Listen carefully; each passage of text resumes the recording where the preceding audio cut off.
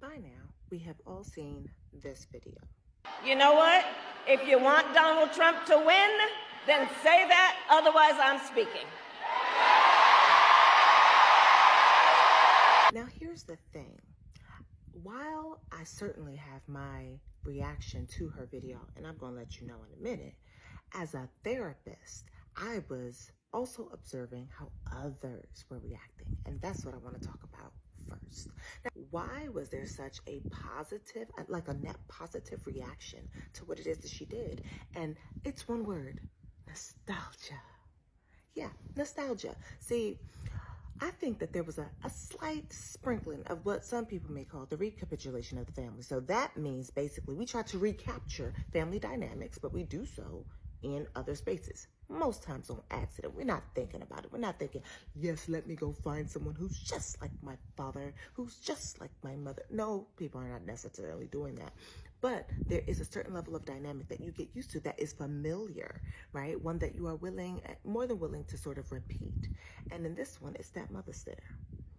For very many of us, the nostalgia here is on that we have been on the receiving end of a mama stare. That look, shut it down, right? And for some of us, there's also the nostalgia of when we used to do it to our kids or our nieces or our nephews. You may still be doing it, right? But the point is, this extra little piece is still hella dismissive. The mama stare, which we, admittedly, yes, it gets people to stop. It gets children to stop whatever behavior they're doing. But what it doesn't do is offer an explanation as to why the child is doing what the child is doing. So in this case, Kamala, it felt like nostalgia. So this leads me to remind you about this. Kamala is not your mama, and Kamala is not a celebrity, which means that she can be scrutinized. She can be questioned because she is absolutely going for the biggest job that there is in our government, aka president. And if she's going for that job, it comes with people questioning her. It comes with people having concerns that they want to see addressed, and with protesting, interruptions, disruption, when people feel like there is not an answer to a question that they have. Now, here's the thing. There is a reductiveness and a dismissiveness in saying things like, well, if you interrupt me, it's a vote for Trump.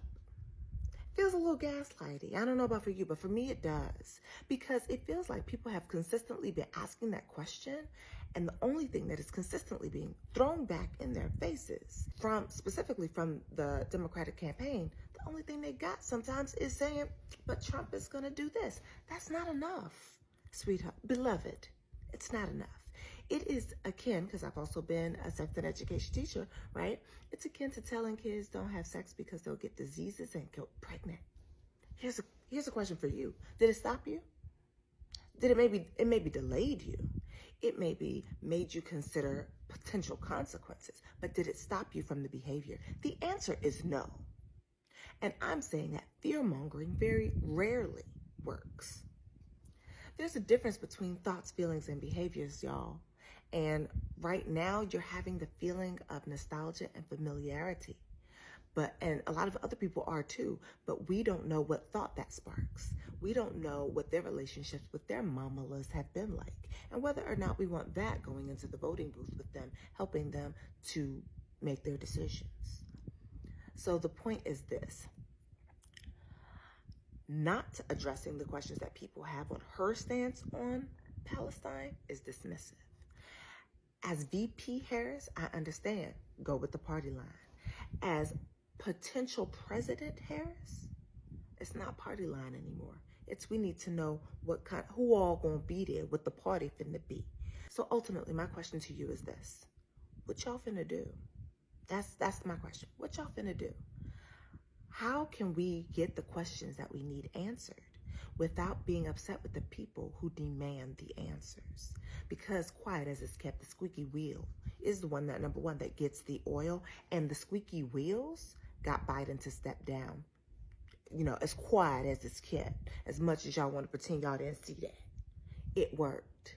which means that it's very likely going to work, that people asking the questions and demanding things from her now, before November, to put it in her campaign now, those things are actually going to make a difference. But go ahead and sound off in the comments. What are your thoughts on this? Remember, discourse, not disrespect.